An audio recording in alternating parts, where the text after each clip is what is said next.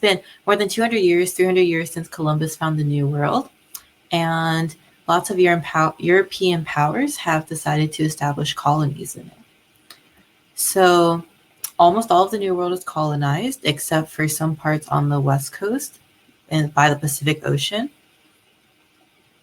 And most important colonizers most important colonizers in North America are England and France. Spain, sort of, but they're mostly taking over Latin America and that section of the New World. So land borders are disputed amongst countries. The land wasn't divided up into agreed upon parts, so there's still some conflict going on. And trading posts are all along the Atlantic coast of the New World because there is a fur trade in the Ohio River Valley that's very lucrative, and lots of countries wanted to get on it. So my question, once I pull up the map that's going to come up, my question is which countries will fight the most over land in the New World? And I have this map for you guys to reference to. So the slashes / multicolored areas, they are conflicted or disputed upon. So which countries are fighting the most over land, do you guys think? Yes, good job. So it is the English and French. And we can see that due to all the multicolored areas in Canada and along the Atlantic coastline. So I put in a few questions throughout the stream to see, to get our understanding, and so that I'm not lecturing the entire time. And my first question, thank you. Tell Luis, thank you. I really appreciate it. So my question is, which country poses the greatest threat to England based off the map that we just saw? Is it A, France, B, Spain, C, Russia, or D, Prussia? The right answer is, drumroll please, A. So the right answer is A, France. As we saw on the map before, you can see that England and France are disputing the most over land in the New World. So as a result, they're going to be the biggest threat to England. So B was close because Spain does have a lot of land in the New World, but France and England have had a centuries-long rivalry. So they're going to continue to be rivals up until the end of the 7 Years' War and even the American Revolution. So now I'm going to get into causes of the 7 Years' War. So the first one, which I just mentioned, were the longtime rivalries between England and France. And their rivalries go back to the 100 Years' War, which is so long ago that it's outside of the AP Euro curriculum. So another reason is the Ohio River Valley, which I'm going to go into. The French and Indian War, which commonly is mistaken as the same thing as the 7 Years' War, but actually it's not, and I'm going to explain why they're different. And the last one is the Diplomatic Revolution, which isn't necessary for AP Euro or the exam, but it's good to know about it, maybe for context or something. So long-time rivalries. Like I said, it's always been England versus France since medieval times, and this includes the 100 Years' War, which is really far back. And they've always been rivals competing for who's the strongest power in Europe. The Ohio River Valley is this land where the fur trade was very prosperous, and they could basically trade with natives in that area as well, but it was controlled by the French and the British. The French and the British disputed over who could use that piece of land. So it was basically, there were a lot of conflicts between colonists and the French there. The French and Indian War. So the French and Indian War are not the same thing. Lots of people consider them to be the same thing, but the 7 Years' War is called the 7 Years' War for a reason, and the French and Indian War is called the French and Indian War for a reason. So the 7 Years' War goes for 7 years. Well, the French and Indian War goes for 9 years because the Americans had been fighting 2 years prior to the 7 Years' War, and The colonists. Well, the colonists had been fighting the French 2 years prior to England's official involvement in their war. So that's why England fighting is the 7 Years' War, and then the colonists in U.S. history fighting, it's called the French and Indian War. And finally, we have the diplomatic revolution. So basically, in 1756, Austria joined France's alliance when they had previously been Britain's ally, and Prussia joined Britain when they had previously been France's ally. So that definitely flipped the balance of power in Europe a little bit. And this was after the Austrian War of Succession. So I think we're a little ahead. All right, I can't wait to see Luis back tomorrow. Thank you for the French Revolution. All right, but so the Austrian War of Succession, since we're a little bit ahead, since I know the streams for AP Euro are a bit ahead of your classes, the Austrian War of Succession is basically France during the Age of Absolutism with Louis XIV. He basically wanted to put his son on the throne.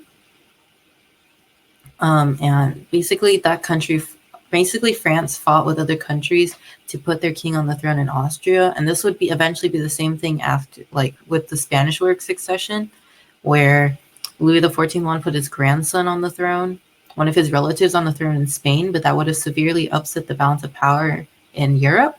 So basically, Europe's been constantly been in conflict for decades and centuries. So these are maps of the American and European theater. And when we say theater, that's going to be a term that comes up during World War II. We're going to say the Pacific theater, which is like Japan and the Allies fighting that. But when we say the American and European theater, we're basically talking about just where battles occurred. So the American theater, as you can see on the map on the left, the American theater is basically fighting in the New World.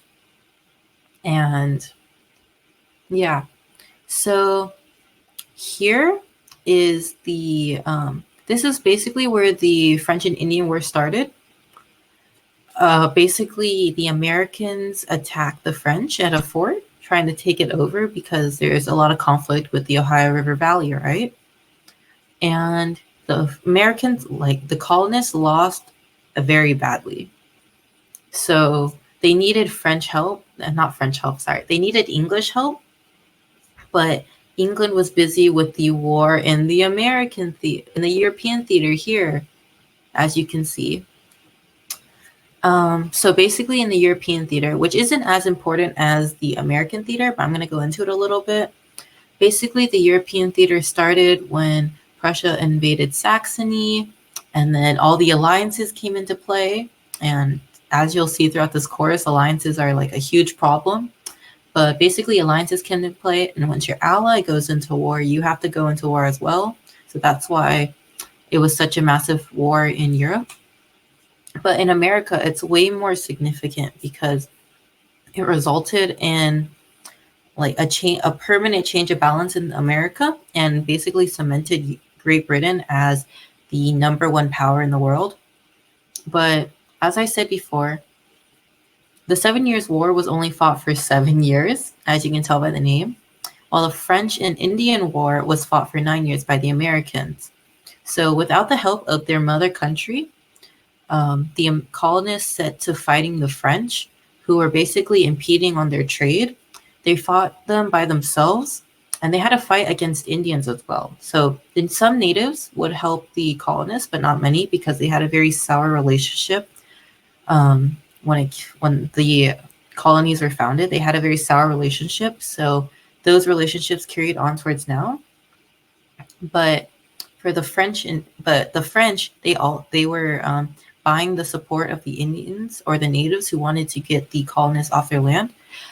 So for 2 years, the Americans fought against the French and the Indians by themselves, and they were suffering devastating losses until England decided to get involved and help them.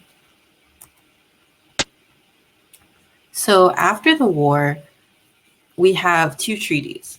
And the first treaty, which I've underlined, the Treaty of Paris, is the most significant one for the 7 Years' War. The second treaty, which I'm not going to pronounce because I can't, it's not as important. That's what ended the war in Europe. And even though this is AP Euro, we're not going to focus on Europe in this war. We're going to focus on America. So the Treaty of Paris, 1763. And it's important you know the date for this one because there's two treaties of Paris and it's a little bit confusing. But basically, can you guys tell me the difference between these two maps? What country do you notice got kicked out of North America?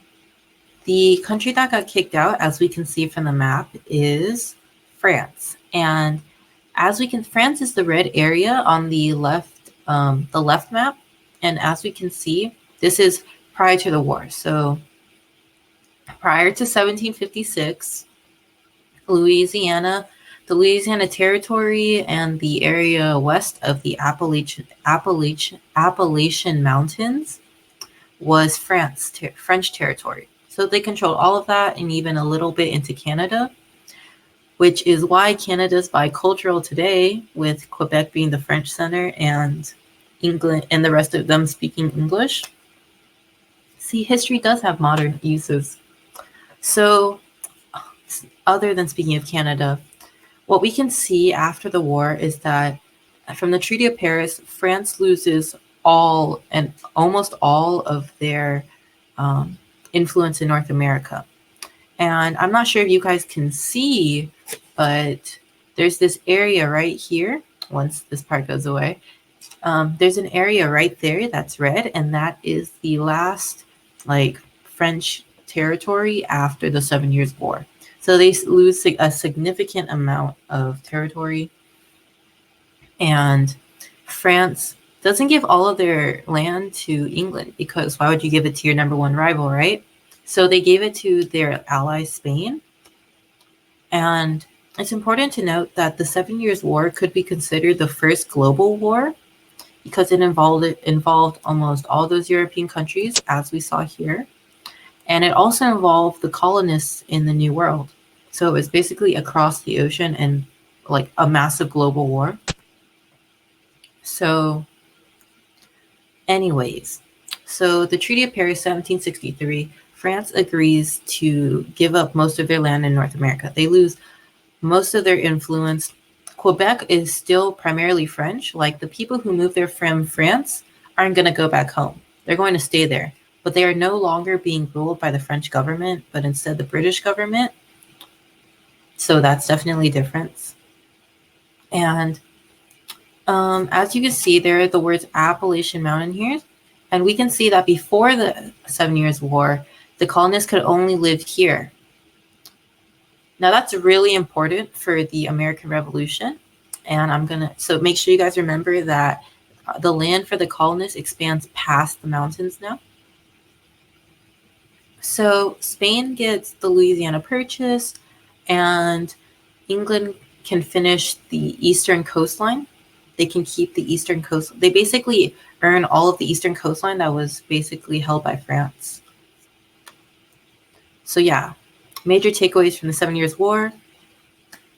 France loses all their land, and it establishes England as the primary power in the war. So the rivalry goes 1 for England and 0 for France. So effects in America and the effects in Europe. And this is how the 7 Years' War affected both sides.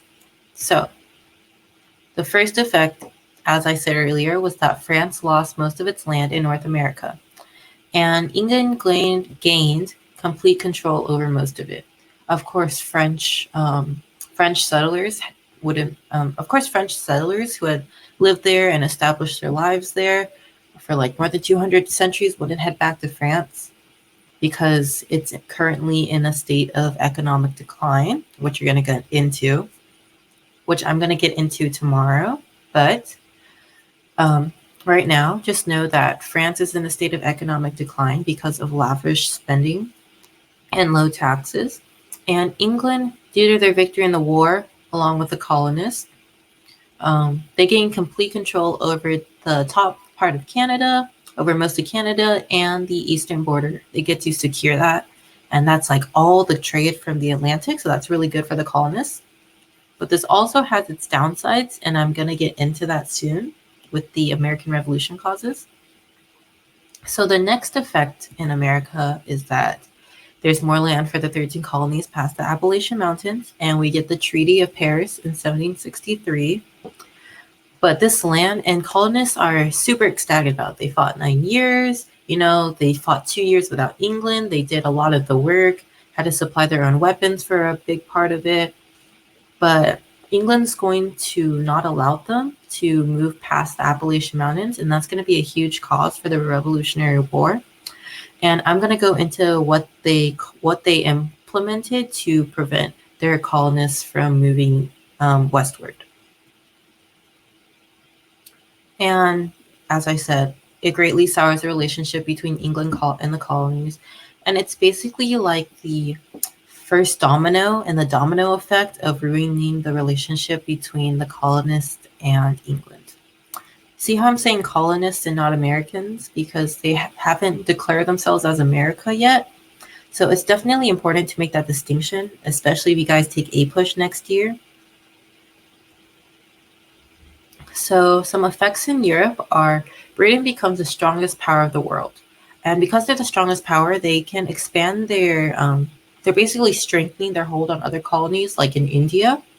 We know that they have a colony there, and they're basically strengthening their hold on it, and they're expanding their empire. So they're basically getting colonies in other places.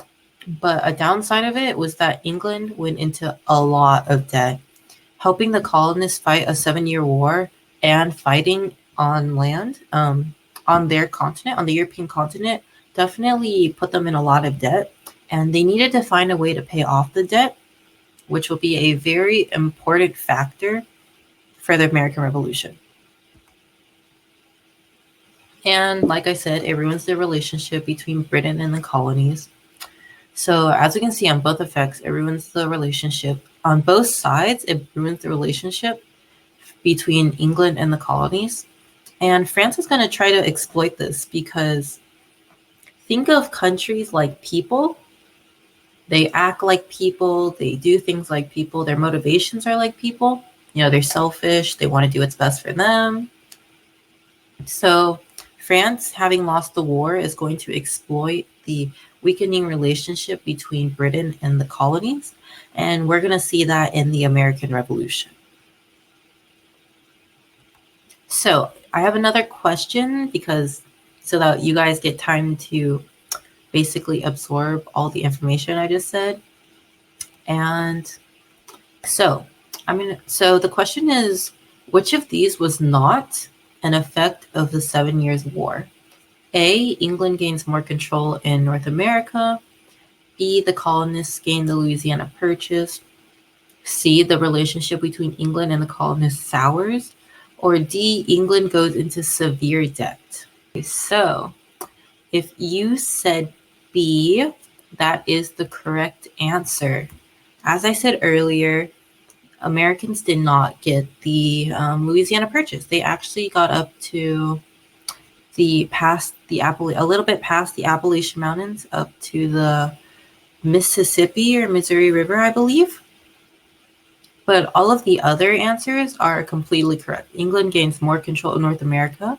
They're the most dominant power in North America, actually. Spain, not really a problem. Yeah, they control Texas and that area. But they don't really pose a threat other than Florida, which you'll get into in APUSH. And they mostly control South America, so Spain definitely isn't affecting North America as much as England. So England gains more control. And C, I've repeated it like 5 times, but obviously the relationship between England and the colonists sours, and it's going to lead to the American Revolution, which we're going to get into right after this. And England goes into severe debt. And that's going to be a huge problem. That's one of the reasons why the Americans the colonists are eventually going to decide to overthrow English rule. So yes, the answer is B. And if you said that, really good job. So what caused the American Revolution? And definitely the 7 Years' War is going to be an answer, as seen here. But also this idea of salutary neglect, which I'm going to explain when we get to that point. Taxation without representation. It's a pretty iconic line regarding the American Revolution. So this is definitely going to be a problem. And I'm going to go into what type of taxation later.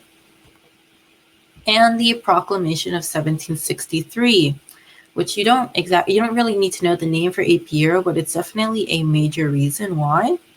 A major reason why the colonists started to resent England. So the 7 Years' War, which we just went over.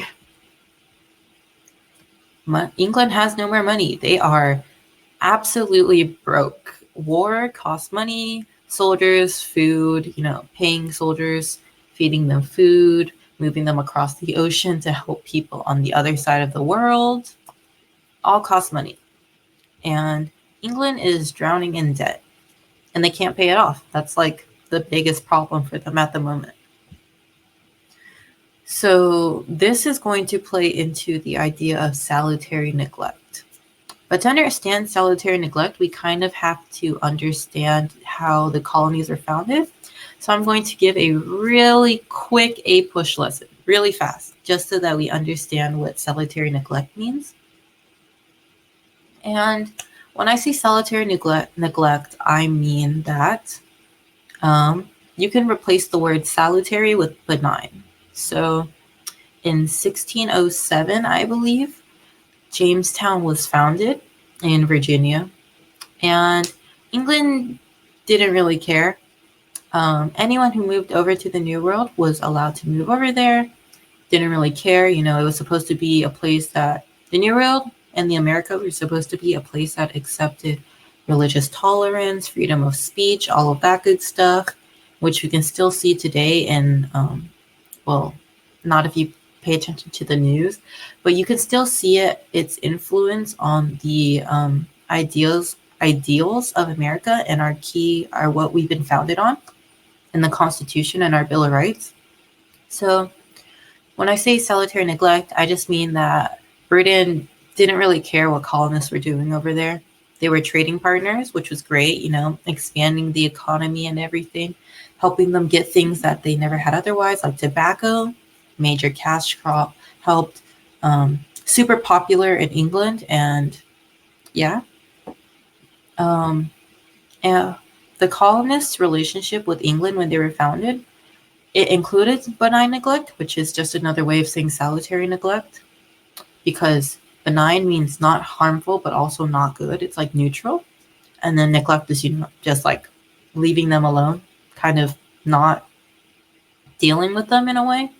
So it's not dealing with America, but that not dealing with them doesn't harm America or hurt America, basically. And so where was I? Oh, right. So when the colonists move over there, America has basically, it's an unspoken kind of relationship, but we all know the word mercantilism, right? Which is very important in APO because you need to talk about it for things like the Renaissance and stuff. But basically, the relationship between America and England is mercantilism. Everything that the colonists do is for the benefit of the mother country. So all their trade directly goes to the mother country. But of course, there's also smuggling. So the colonists don't follow it all the time because, there's money other places like France. Before the 7 Years' War, they would smuggle things to France. And England didn't really enforce their rules. They didn't really care about it. But after the 7 Years' War, England starts parenting, and they decide to finally get in America's business and their economic affairs and their government. And this really annoyed, and England implemented something called the Navigation Acts, which basically says we will send our navy into the Atlantic coastline, and we will inspect your ships and make sure they are going only to England, and if we see anyone smuggling, then we will try them for basically, well, not treason, but basically we will try them for breaking the law. And this really angered Americans because they had spent, remember, this is in the 1700s, and the Americans, this is past the 1750s, and the colonists had been in America for almost 150 years at this point. So it definitely, for almost 150 years, they had ruled themselves, created their own forms of self-government. And the fact that they won the war and they had fought it for 2 years and then they won the war, it made the Americans think, the colonists think that, oh, we don't need England's help anymore, right? But England was like, oh, we helped the colonists win the war against the French, so they must need our help. They must need more of our help. So it was two like different ideas and a lack of communication that really angered, that really helped start ruining the relationship between the colonists and England. So, as my little text bubble says, salutary neglect, England starts parenting, and after the war, England starts being stricter about America and implementing a lot of rules that the colonists are not pleased with because they've governed themselves for more than 150 years and they've been trading with other countries just fine. Like, they didn't need England to get involved. It's kind of like, think of the colonists as a child and England as the parent. As the colonists grow up, as children grow up, they want more independence from their parents. But if your parents don't give it to you and they actually treat you worse than you did when you were younger, they actually treat you stricter than you did when you were younger, then you're going to be very angry about it. And that's one of the reasons that the American Revolution is going to occur. So the next reason is taxation without representation. And this iconic line is related to England's drowning in debt. So, in order to pay for the war, England has to resort to asking the Americans for money because England's line of thinking is that, oh, we helped them fight the war and fight off the French. So obviously, they're going to pay us back because they're loyal citizens, subjects of the crown. They're great people, basically. They're English people. And America kind of just goes, no, I don't think so. And England's like, why? And they're like, why? We fought a war for you. A bunch of people died. We're like literally drowning in debt, protecting you from the French.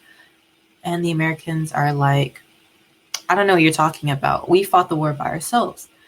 And England had been taxing America already because mercantilism is basically when your relationship with a country is mercantilism or mercantilism, however you guys want to say it. England's relationship with the colonies, basically they had set up a monopoly. So England guaranteed to buy whatever the colonists were selling. However, they would buy it at a reduced price because they were the colonists' only market. So they would buy it at a lower price, and colonists were okay with it because it's a guaranteed market. You're still going to make money, just not as much as you would earlier. But they consider that a sort of indirect tax, so this definitely angered them. And when England wanted to increase taxes, Americans were peeved, to downplay. They were peeved. They were really annoyed. This was not what they wanted. But in England, the English were already paying 3 times the amount of taxes for their country and those overseas. But America didn't see it that way. So again, a difference of ideas and lack of communication. And Americans were like, you can't tax us if we're not represented in Parliament. And the England's response was, but you're English citizens, so technically you are. And this really, really, really angered the colonists. That was like the worst response they could have given. So England decides to go against the wishes of the Americans and start taxing them, and the colonists' anger starts boiling.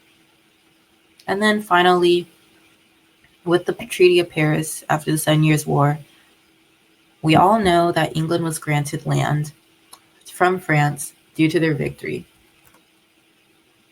And the colonists were extremely happy because they were like, oh, new land. And most people came to America to basically get new land, because in England, the only way to inherit land was if you were the firstborn son.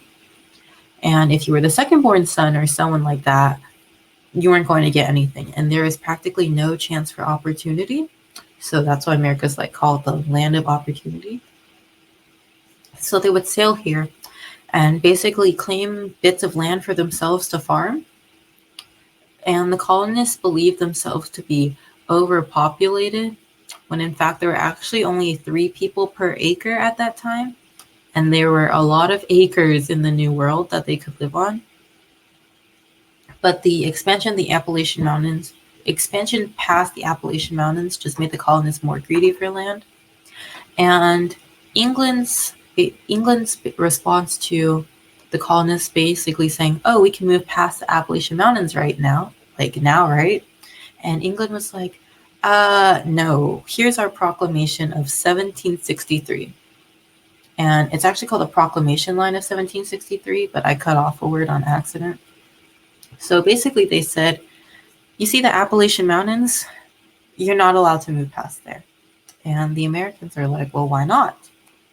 And basically England said, well, there are bad guys over there.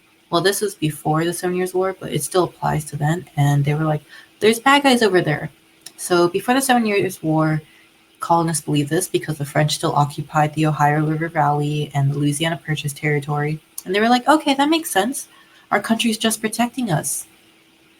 And then after the war, when France actually leaves, they're like, England says, oh, you can't move there. And the colonists are like, why? And England is like, because there are bad guys over there. And the colonists are like, no, there aren't. We just beat them in a war. And England is basically doesn't have an excuse, but they basically issue the Proclamation line of 1763. And they're like, you cannot move past the land. So that's another factor that angered the colonists greatly. And here's a timeline of all the grievances that England is going to make that is going to deeply frustrate the colonists and basically spark the war, because neither side could come to a compromise. There we go. So the first act to attempt to make back money from the to basically get out of debt by England is the Sugar Act. And as it says, you tax all sugar. Anger the colonists, obviously. They started boycotting sugar and stuff, so they wouldn't have to pay the taxes. So England says, all right, if that's not going to work, let's do the Stamp Act. And basically the Stamp Act is not a tax on stamps, like for postage or anything. It's actually a tax on paper. And anything basically made of paper. So you want playing cards? It gets stamped, you get taxed for it. You want paper for writing? It gets stamped, you get taxed for it. And the colonists were mad at this, so they boycotted paper. And this boycott was basically their only way of getting acts repealed, because England wouldn't really listen to them. And if the government's not going to listen to them, you're going to make the manufacturers of the products you're refusing to buy angry, because they're not getting money. And if they're not getting money, they're going to complain to the government. And because they help fund the government's going to listen and repeal those acts. So this process of boycotting by the colonists and then angering the manufacturers, who then complained to the English government, was basically this cycle. And then there's a lot of protesting and boycotts. So England sends some troops to, the colonies. And they're like, since you're English citizens of the crown, you're going to house these soldiers, you're going to feed them, clothe them, provide them with beds, and you're going to listen to their commands. And this angered the colonists because they're not at war. So why do they need to be protected by soldiers who are menacing and could actually do them harm? Then comes the Declaratory Act, which is where they repeal a bunch of taxes, but they repeal a bunch of taxes, but they they say they maintain the power to tax the colonists. So this angered the colonists because obviously then they're going to tax them in the future if they're not going to take away their power of taxing. The monarchy is going to, tax them in the future, even though they've removed the current ones. And then we have the Townshend Act, where stuff that's required for building new houses or materials like nails and glass and paint, taxed. And those are basically like the foundations of society because they need to build houses for the new people who are coming over. The cities are developing, it's just a whole mess. And as always, they solve the problem with boycotting. So the colonist boycott gets repealed, but then the Boston Massacre occurs. And the Boston Massacre occurs because Boston, Massachusetts is the most revolutionary city in the time. There's protests a lot. They're kind of heckling soldiers who live in those cities. It's a whole mess. They're super, it's called the birthplace of liberty, basically, after the war. But basically, the Boston Massacre, they a crowd of Bostonians meets a bunch of English soldiers, and those English soldiers are new. They're relatively untrained. They had basic training, but they're not experienced or anything. England would never send experienced soldiers to another country when they're always at risk of going to war in Europe. So they're going to send their new soldiers there, right? And these new recruits who have been sent to the New World, they're far away from home, they're scared, the people don't like them, all the worst circumstances. So one day, the Bostonian crowd decides to heckle the soldiers, and they're throwing rocks and shouting like profane insults. And it gets to be so much that the guards are so scared that they decide to start.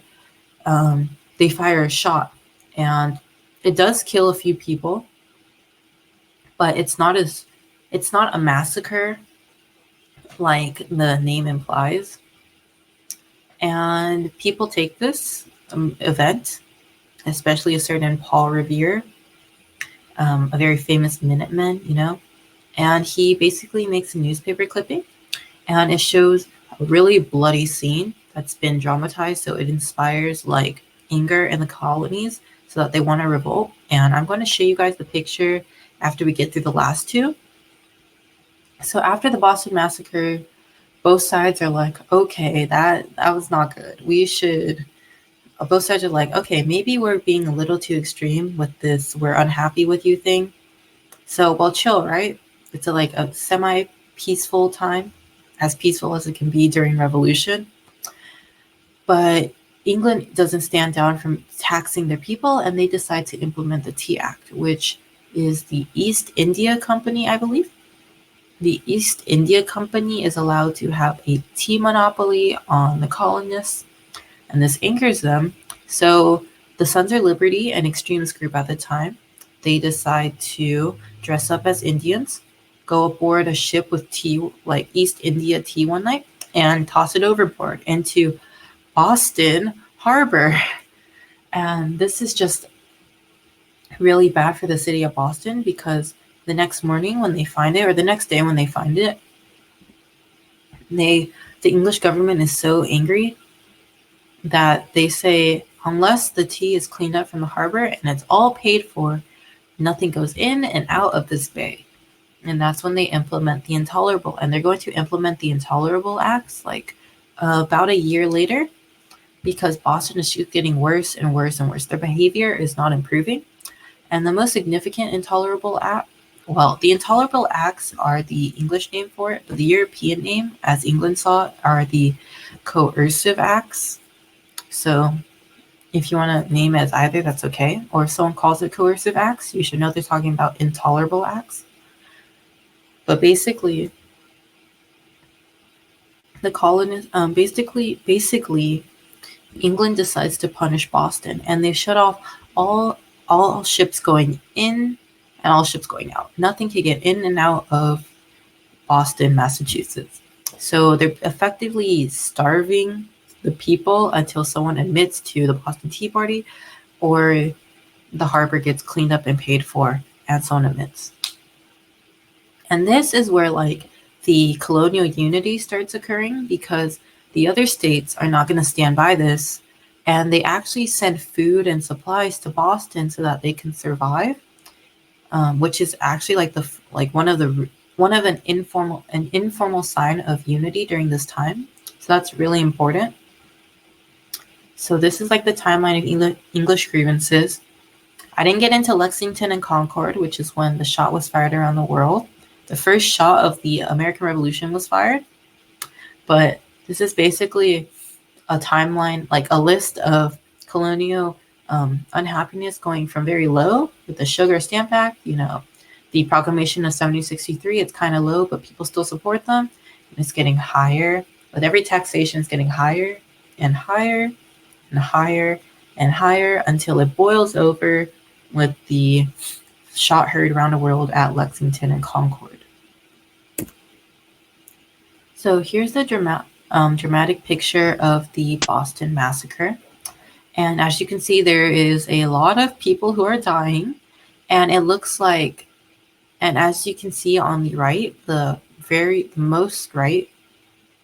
the rightmost side of the picture, it looks like the British soldier is commanding his soldiers to shoot, right? Into an innocent looking crowd of bystanders. They didn't do anything wrong.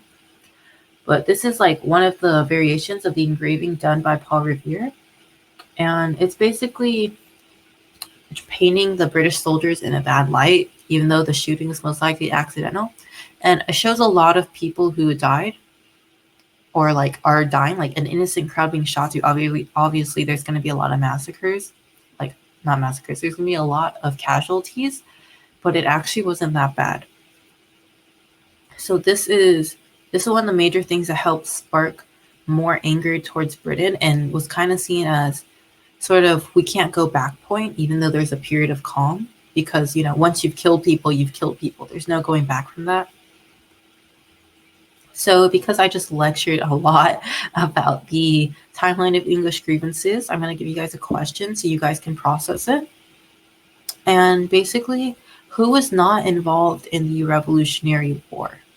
So I haven't gone into this, but, just a primer, I guess. Who was not involved in the Revolutionary War? Was it A, England, B, the colonists, C, France, or D, Spain? Type any.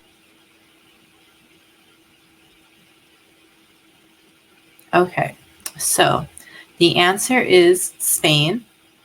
And the reason why it's Spain is because, well, like I said, England and the colonists were involved in it, obviously.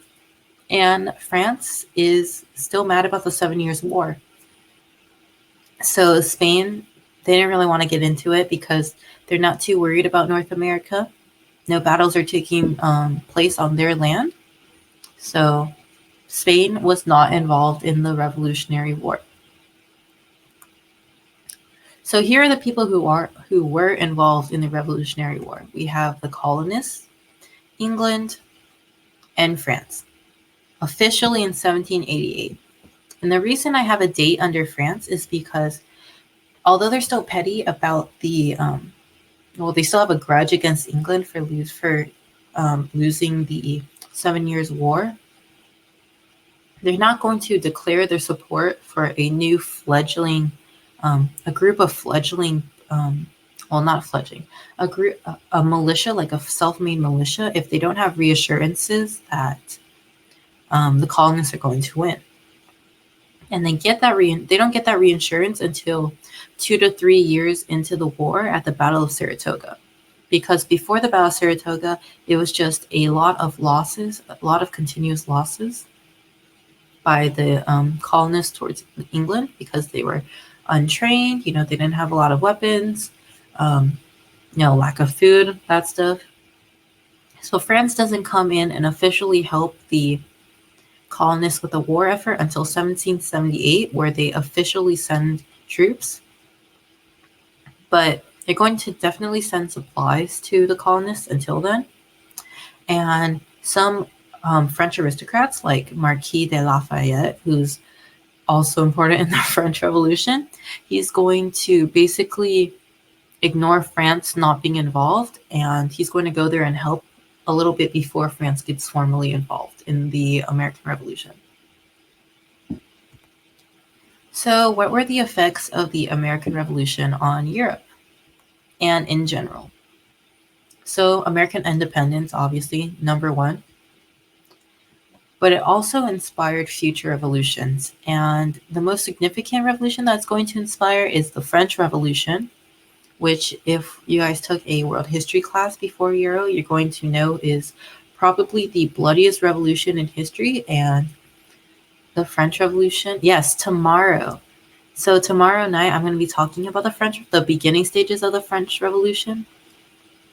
And it's probably the bloodiest revolution of the time of like in history. So definitely come tomorrow at 5 p.m. Eastern Standard Time. No, 8 p.m. Eastern Standard Time. Yeah, 8 p.m. Eastern Standard Time.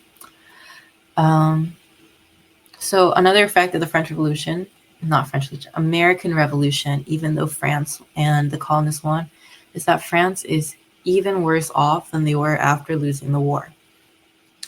And the last effect is America's just as poor, which basically shows that independence isn't everything it's made out to be. So, American independence. England no longer has an influence in the country because of the American Revolution. And the Revolutionary War, basically, at the end of it, when the Americans won, they made England sign a Treaty of Paris.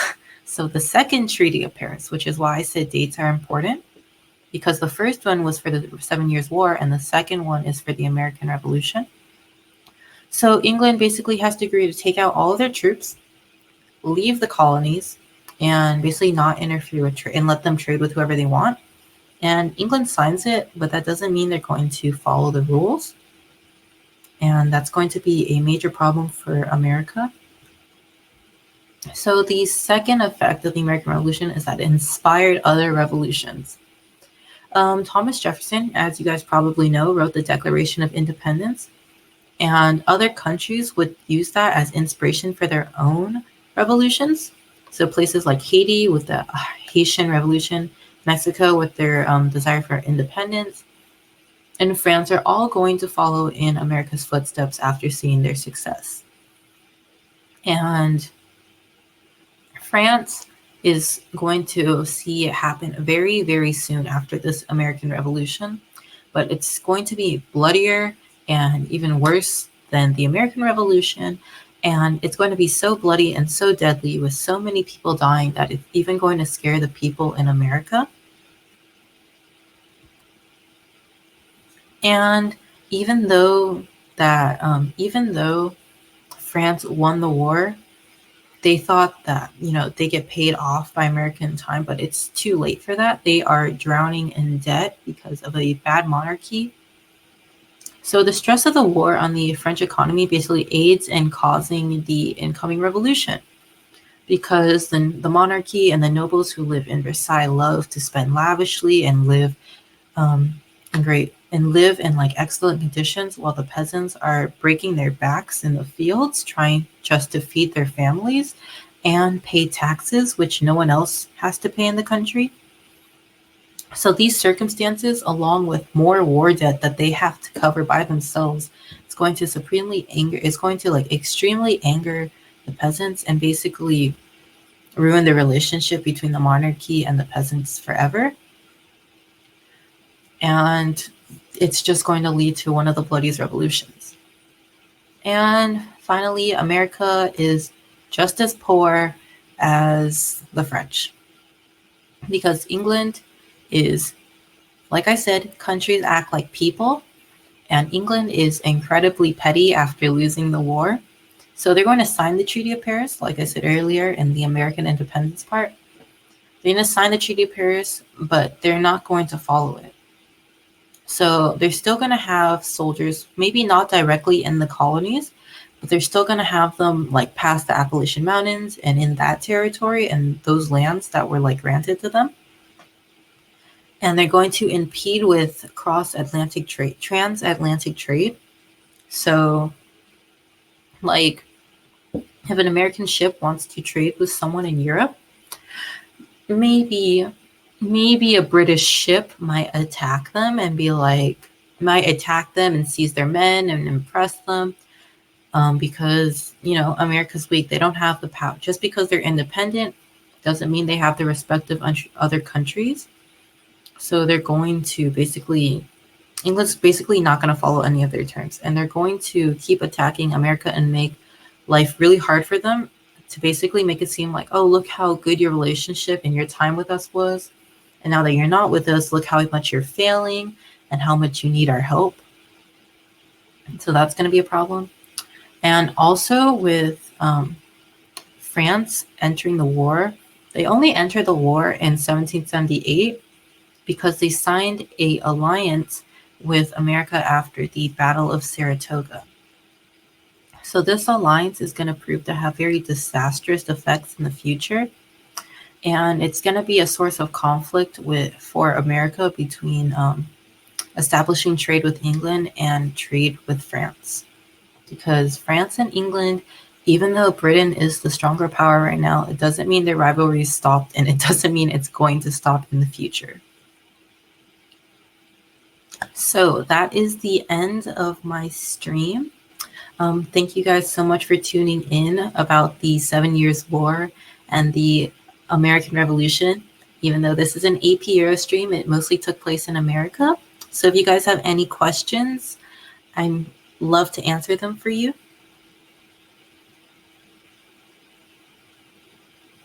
No problem. Are there any questions?